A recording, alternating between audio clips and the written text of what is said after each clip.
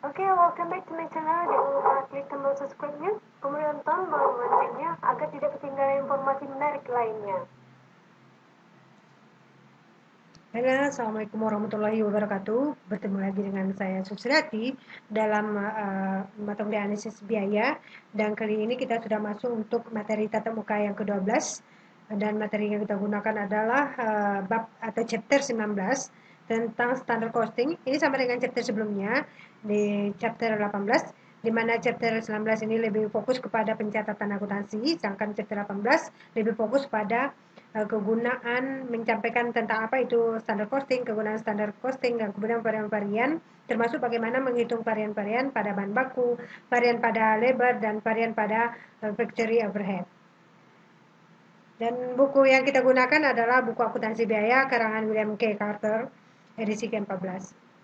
Ada 4 tujuan pembelajaran dari materi ini. Yang pertama adalah membuat ayat jurnal umum untuk mencatat elemen-elemen biaya pada jumlah standar. Kemudian membuat ayat jurnal umum untuk mencatat varian biaya standar. Kemudian yang ketiga membuat ayat jurnal umum untuk mempertanggungjawabkan produk selesai yang dihitung pada biaya standar. Dan yang keempat adalah membuat ayat jurnal umum untuk menghilangkan atau penempatan di sini lebih tepatnya disposition varian biaya standar. Beberapa perusahaan menggunakan biaya standar dalam kegiatan perencanaan, pemotivasian, dan pengevaluasian. Materi ini sudah kita bahas di chapter sebelumnya, chapter 18, di mana memang standar biaya memiliki banyak sekali kegunaan atau fungsi. Salah satunya adalah untuk perencanaan, pemotivasi karyawan, dan mengevaluasi kinerja perusahaan. Karena memang fokus dari standar biaya ini dalam terkait dengan hal-hal seperti ini, maka biaya standar tidak dimasukkan ke dalam jurnal dan buku besar. Namun, memasukkan biaya standar ke dalam catatan akuntansi merupakan penggunaan yang paling efisien, dan perusahaan dapat melakukan penghematan serta meningkatkan akurasi dalam pekerjaan klerikal. Artinya, kalau perusahaan ingin menggunakan biaya standar atau biaya standar digunakan dalam pencatatan laporan keuangan juga diperkenankan. Kemudian saat biaya standar dimasukkan ke dalam catatan akuntansi, maka proses pelaporan akan menjadi lebih mudah dan lebih tepat waktu jika working prosesnya dibebankan pada jumlah standar. Artinya tidak perlu menunggu dulu proses-proses actual di dalam penghitungan dan sebagainya. Dan kemudian varian yang dihasilkan dari penghitungan juga dicatat pada saat yang sama. Mari kita masuk ke akuntansi biaya standar untuk bahan baku. Ada 3 metode yang biasa digunakan di dalam pencatatan varian pada pembelian bahan baku. Nah, dari 3 metode ini kita harus memilih salah satunya. Kita akan bahas satu persatu metode ini. Metode yang pertama yaitu varian harga dicatat sebagai bahan baku, diterima dan ditempatkan di gudang. Sedangkan metode yang kedua itu bahan baku dicatat dengan biaya aktual saat diterima. Kemudian di mana varian harga ditetapkan saat bahan baku diminta oleh bagian produksi. Jadi kalau Anda lihat nomor 1 dan 2, nomor 1 lebih fokus di gudang, nomor 2 ini lebih fokusnya ada di bagian produksi. Sedangkan untuk yang ketiga, kombinasi dari metode 1 dan metode 2. Jadi mengkombinasikan dua metode ini. Mari kita lihat contoh. Ini ada data terkait dengan bahan baku, ada standar unit purchase price. Yang ini bahan baku yang dibeli, yaitu harganya ini purchase price harganya adalah 7,5. Kemudian pembelian yang dilakukan purchase-nya adalah 10.000 pieces dengan harga 7,44. Kemudian negotiation permintaan bahan dari bagian produksi ke bagian gudang sebesar 9.500 pieces. Kemudian sedangkan standar quantity allow for actual production pada saat quantity digunakan dalam proses produksi aktual adalah sebesar 9.336 pieces. Ini datanya, dan data ini sama dengan data yang ada pada chapter 18 pada saat kita menghitung varian. Anda bisa cek kembali pada chapter 18. Untuk metode yang pertama, varian harga dicatat saat bahan baku diterima dan ditempatkan di gudang. Jadi kita fokus di gudang, maka jurnal yang digunakan oleh perusahaan adalah untuk penghitungan diasumsikan Anda sudah memahami tentang varian. Jadi ayat jurnalnya Anda akan mendapatkan material karena bagian gudang menerima material ini. Anda menyebutkan inventory, begitu silakan saja, atau lengkapnya material inventory. Anda boleh mendapat material atau material inventory. Kemudian mengkreditkan account payable. Kalau jurnal yang lazim adalah material dan account payable, atau ini disebut, atau boleh cash kalau Anda membelinya secara tunai. Nah, karena kita menggunakan standard costing, maka di sini ada pencatatan varian oleh bagian gudang, yaitu material versus price variance. Caranya adalah material inventory-nya itu dicatat sebesar standard costing, yaitu menggunakan standard costing. Bagaimana 75.000? Yaitu 75.000 itu adalah 7,5 ini standar harga per unitnya dikalikan dengan unit yang dibeli, yaitu 10.000 pieces. Jadi ini adalah standard costing. Sedangkan account payable adalah jumlah yang dikenakan oleh supplier kepada kita. Jumlah yang dikenakan oleh supplier adalah 7,4. Aktualnya memang seperti itu, dikalikan dengan 10.000, 7,44 ya, dikalikan dengan 10.000 pieces. Ya, jadi hasilnya adalah 74.400. Jadi asumsi kalau kita tidak menggunakan standard costing, Anda mempelajari di analisis biaya keuangan basic ataupun intermediate, maka jurnalnya itu adalah mendebit material atau inventory, kreditnya adalah account payables itu sebesar 74.400. Karena kita menggunakan standar costing 75.000 di sini, maka ada selisih di sini sebesar 600. Ini kita catat sebagai material purchase price variance. Nah, yang kembali di chapter 18 tentang varian-varian, karena banyak sekali untuk price material itu ada price, kemudian varian ada quantity variance. Untuk price itu ada material purchase price dan ada material usage price. Untuk quantity ada material dan ada usage variance. Jadi Anda hafal kembali. Di sini material purchase price variance sebesar 600. Jadi selisih antara 70.000 dengan 74.400. Anda lihat di sini ini ada di sisi kredit. Nah, karena kredit ini favorable. Kenapa? Karena kredit itu tanda kutip sama dengan revenue. Jadi menguntungkan bagi perusahaan. Bahan baku juga dicatat saat dikeluarkan dari pabrik. Jadi pada saat masuk ke dalam gudang, kita fokus di gudang. Jadi kita masih di dalam gudang. Ketika bagian gudang menerima permintaan bahan, jadi kita kirim ke pabrik. Jadi seperti itu. Jadi kita fokusnya masih di gudang. Setelah kita terima dari supplier, sekarang ada permintaan dari pabrik. Sekarang kita kirimkan. Nah, pada saat kita mengirimkan bahan baku tadi ke pabrik, maka kita akan mendebitkan booking process. Kemudian mengkreditkan material inventory. Nah, kalau di bagian kurang working process debit, kreditnya adalah material. Kita mencatatnya seperti itu. Working process debit material inventory yaitu kredit. Working processnya 71.250 itu untuk material inventory. Nah, kita menggunakan standard costing, kita melihat di sini bahwa untuk working process sebesar 70.020, saya ulangi, tidak menggunakan standard costing. Yang kita pakai adalah 71.250 sesuai dengan actual. Kita bisa lihat di sini. Kembali ke sini, kembali fokus ke jurnal ini. Working prosesnya itu dicatat berdasarkan standar harga, yaitu 7,5 dikalikan dengan berapa bahan baku yang diminta oleh bagian pabrik. Minta tadi yaitu 9.336 pieces, maka nilainya totalnya adalah 70.020. Sedangkan material ini kita bahas dulu di sisi kredit 71.250 ini berasal dari berapa jam standar, berapa tarif price standarnya, standar price-nya dikalikan dengan berapa actual piecesnya. Yaitu actual piecesnya adalah 9.500 pieces. Atau 9.500 ini kita lihat cek lagi sebelumnya, lebih fokus. Jadi yang diminta adalah bagian gudang realnya adalah 9.500. Nah, kita kembali lagi. Karena diminta 9.500, ini dia. Anda tinggal kalikan dengan standar biayanya. Jadi sehingga totalnya adalah 71.250. Nah, selisih working process dengan material inventory ini adalah material quantity variance. Nah, sebenarnya Anda bisa melakukan material, bisa menggunakan seperti chapter sebelumnya. Jika Anda bingung masih menggunakan jurnal ini, Anda bisa tinggal catat. Jika material quantity variance ini favorable, maka ini berada di sisi kredit. Sedangkan material quantity variance-nya di debit bersifat unfavorable, maka dia akan berada di sisi debit. Nah, karena di sisi debit ini dipastikan unfavorable. Dan mohon maaf, saya ralat kembali yang saya sampaikan. Ini semua menggunakan standar costing. Bagaimana kalau misalkan actual? Actual ya yang dipakai di sini adalah jurnal actualnya adalah 9.500. Kemudian dikalikan dengan harga yang ditetapkan. Apakah Anda menggunakan FIFO, LIFO, dan itulah yang dicatat di work in process.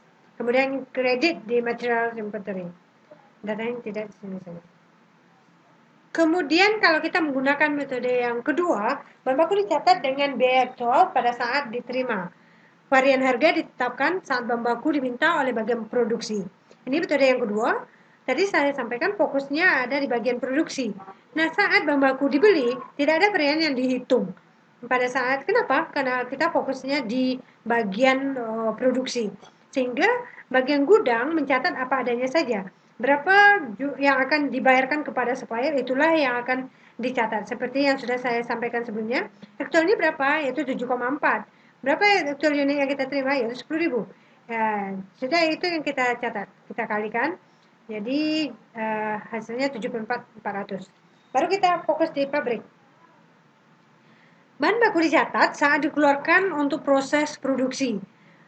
Ayat jurnalnya, ingat bahan bakunya dicatat pada saat dikeluarkan pada proses produksi. Begitu proses produksi dimulai, maka kita akan mencatat. Maka di sini Anda akan melihat kita mengkombinasikan working process, kemudian kreditnya juga ada material, dan sekaligus ada material quantity variance dan material price usage variance. Jadi di metode kedua ini, dua prinsip ini langsung muncul bersamaan. Baik material quantity maupun material price variance. Penghitungnya kembali ke chapter 18, Anda bisa cek kembali, diberikan datanya itu 7,5 untuk standar, dikalikan dengan 9336 sama dengan metode yang pertama. Kemudian materialnya di sini 7,44 actual dan 9.500 dikalikan di 9.500 pieces, hasilnya 70,680, 70,20. Kemudian Anda hitung dulu berapa material quantity-nya, variance-nya, material quantity variance-nya. Berarti seri kuantitasnya berapa dikalikan dengan harga standar di sini actual, kemudian dikalikan dengan kuantitasnya berapa di sini, yaitu kuantitasnya adalah 164 pieces dan sifatnya unfavorable dikalikan dengan 7,5. Ini maaf, ini standar ya, bukan aktual. 7,5 standar, bukan aktual di sini. Kemudian material price usage di sini, karena kita bicara tentang price usage, karena ini price usage, maka kita akan mencari selisih price-nya. Selisihnya berapa dikalikan dengan actual unitnya. Di sini dapat Anda lihat selisihnya adalah 0,6, selisihnya 0,6 favorable, kemudian dikalikan dengan actualnya 9.500 pieces yang digunakan. Anda dapat menentukan di sini material quantity variance-nya yaitu 1.230 dan material price usage variance-nya 570. Itu kita masuk metode 3, yaitu mengkombinasikan metode 1 dan 2. Artinya metode ini akan dicatat di bagian gudang, juga akan dicatat di bagian produksi. Jadi bagi-bagi seperti itu. Anda lihat di sini, ini sama persis yang pertama. Anda catat di bagian gudang. Waktu bagian gudang melakukan pembelian, ya kita catat material purchase price-nya. Itu sebesar 7.500. Nah, pada saat bagian produksi meminta barang dari bagian gudang, maka ini juga dicatat. Dicatat saat bahan baku dikeluarkan, yaitu dibuat 2 ayat jurnal. Jurnal berikut ini identik dengan jurnal yang dibuat pada metode yang pertama, mengakui 164 buah material yang digunakan sebagai kelebihan dan kuantitas standar yang diperkenankan. Jadi Anda akan mendapatkan working process, kemudian mengkreditkan material inventory, kreditnya material quantity variance. Kemudian yang berikutnya Anda memindahkan 570 unit dari akun varian harga beli ke akun varian harga pemakaian. Nah, seperti itu.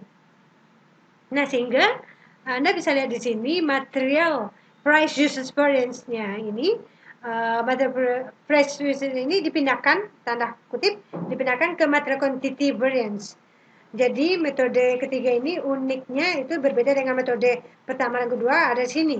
Jadi ada pengalihan atau dari akun harga beli price usage ini ke akun material quantity variance sebesar 570. Ini perhitungannya yaitu selisih dari harga 0,6 dikali aktualnya 9.500. Ini adalah metode yang ketiga untuk bahan baku biaya standar untuk pemakaian, pembelian dan pemakaian bahan baku. Kita masuk ke akuntansi biaya standar untuk upah pekerja. Akuntansi biaya standar untuk upah pekerja di mana di sana ada daftar upah atau payroll yang dihitung berdasarkan kartu jam kerja atau kita sebut dengan juga menggunakan job ticket atau tiket job dan juga informasi lain yang disediakan oleh Departemen Gaji yang mengelola gaji atau payroll seperti itu. Nah, di dalam sistem biaya standar ini, catatan ini juga menyuplai data untuk menghitung varian upah pekerja.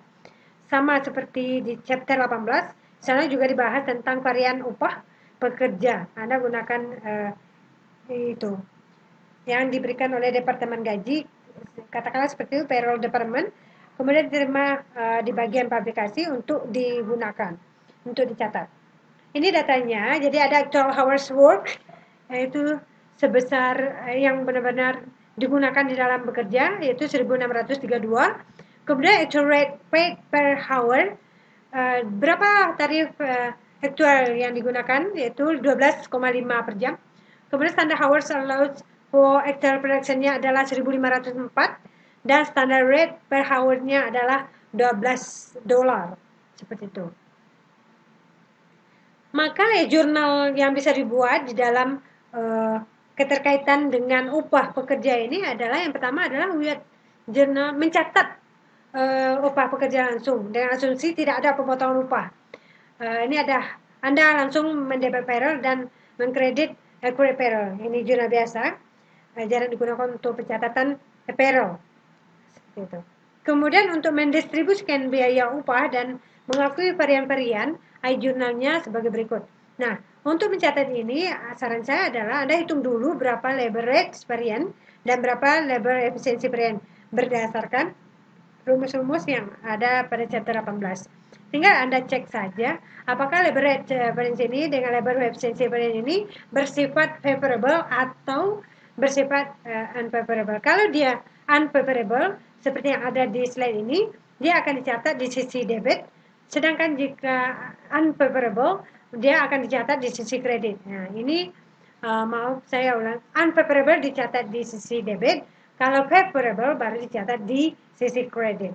Seperti itu. Nah, karena di sini Anda lihat labor rate variance ini dan labor rate efficiency variance ini dicatat di sisi debit, maka ini mengandung bahwa varian ini adalah unfavorable.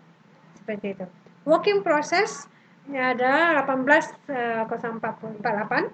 Kemudian payroll-nya 20.400 sesuai yang ada di angka di atas. Kemudian selisihnya breakdown labor rate variance dan labor efficiency variance. Di sini sudah diberikan perhitungannya. Untuk lebih detailnya Anda bisa cek kembali di chapter 18 untuk varian-varian.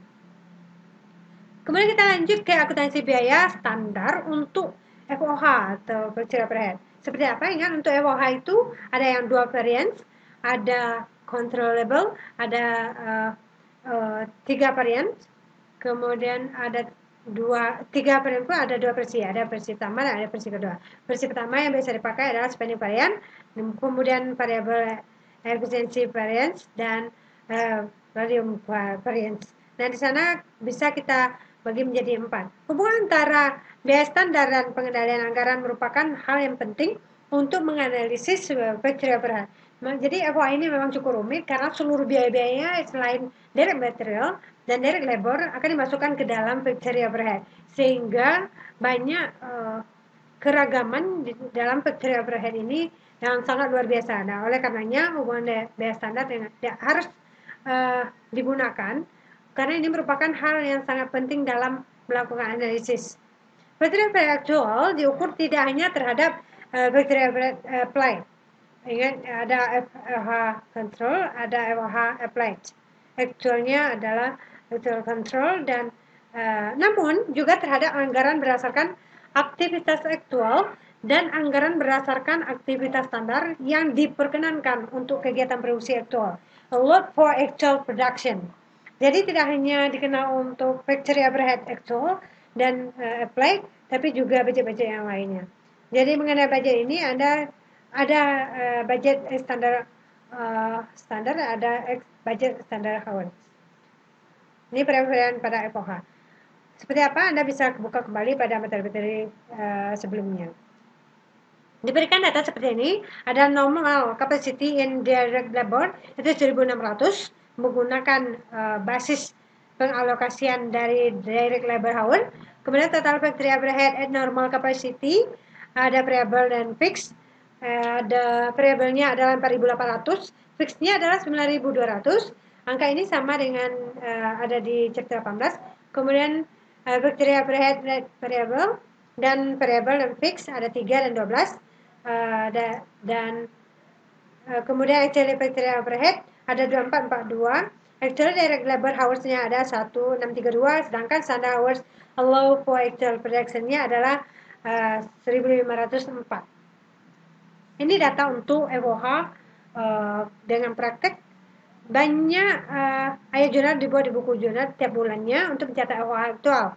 FOH aktual itu dicatat terus-menerus. Begitu ada pengeluaran selain direct, maka langsung dicatat ke akun FOH aktual. Akunnya ada FOH aktual seperti itu. Untuk penyederhanaan, satu ayat jurnal digunakan di sini untuk mengilustrasikan pencatatan FOH aktual dalam satu periode. Ini contoh saja.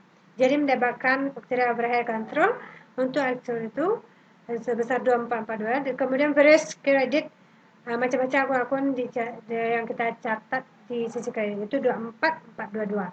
Secara khusus FOH yang dibanggakan ke dalam working process dimasukkan ke dalam jurnal umum paling tidak sekali dalam 1 bulan.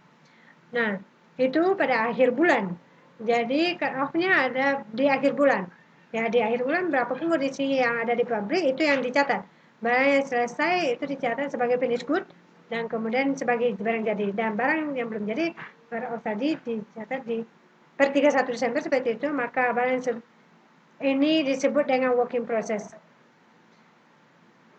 Nah, kembali sini digunakan satu ayat jurnal yang memutuskan FOH applied mendapatkan working process dan kreditkan applied factory overhead. Nilainya 22560. Yaitu factory overheadnya 15 dikalikan standar hours-nya 1504. Hasilnya 22560. Pada akhir periode, applied ini ditutup melalui ayat jurnal seperti ini. Ini pun sudah dibahas di chapter awal. Anda akan mendapatkan applied factory overhead. Anda boleh menyebut factory applied atau factory overhead control sebesar 22560.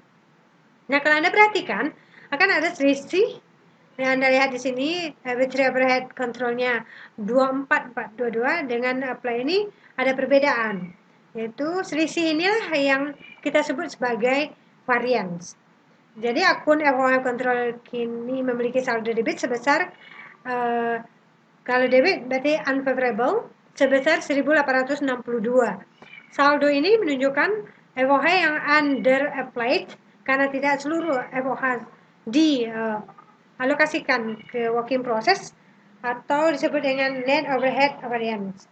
Nah, ini akan ditutup sebagai akun varian FOH. Jadi selisih yang sebesar 1862 ini itu selisih antara applied factory overhead.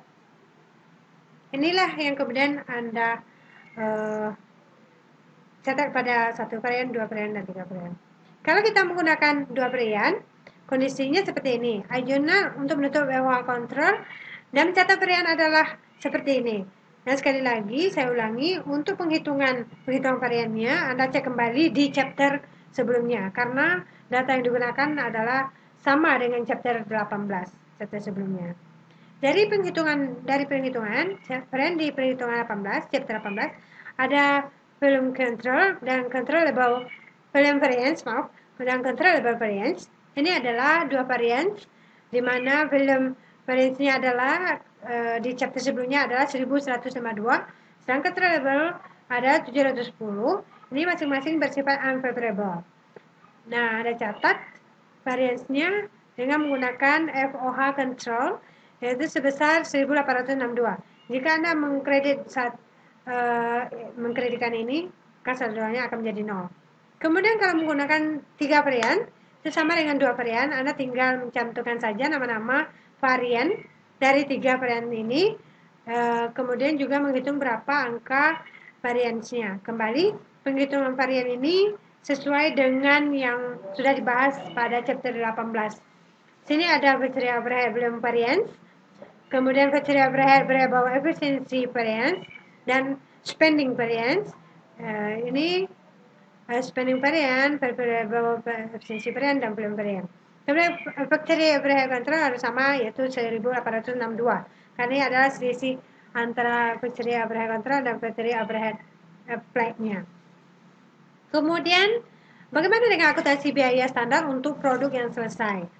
Nah, pekerjaan selesai membutuhkan pemindahan biaya dari akun working process suatu departemen ke akun WIP departemen lainnya atau ke akun persediaan barang jadi. Nah, biaya yang dipindahkan ini adalah biaya standar dari produk yang selesai. Contoh sebanyak 4.200 unit Excel telah selesai selama periode berjalan dan dipindahkan ke persediaan barang jadi. Selama periode yang sama, sebanyak 4.236 unit Excel dipindahkan dari cutting department dan molding department ke assembly department. Kartu biaya standar ini untuk Excel mengindikasikan bahwa total satu unit biaya standar produksi adalah $24,15, di mana $122,9 ditambahkan di cutting department, 57,25 di molding department, dan 24 di assembly department. Ini berdasarkan kartu biaya standar untuk unit yang disebut dengan Excel. Maka e-journal untuk mencatat pemindahan 4.236 unit dari cutting department dan molding department ke assembly department adalah sebagai berikut. Jadi working process akan Anda diberikan, yaitu assembly department akan Anda menerima. Kemudian mengkreditkan working process, yaitu WIP ke cutting department dan WIP molding department. Dan di sini ada angkanya 763.115,40, 526.04.4, kemudian 242.511.0. Di sini ada perhitungannya. Anda bisa lihat di sini. Anda bisa cek kembali.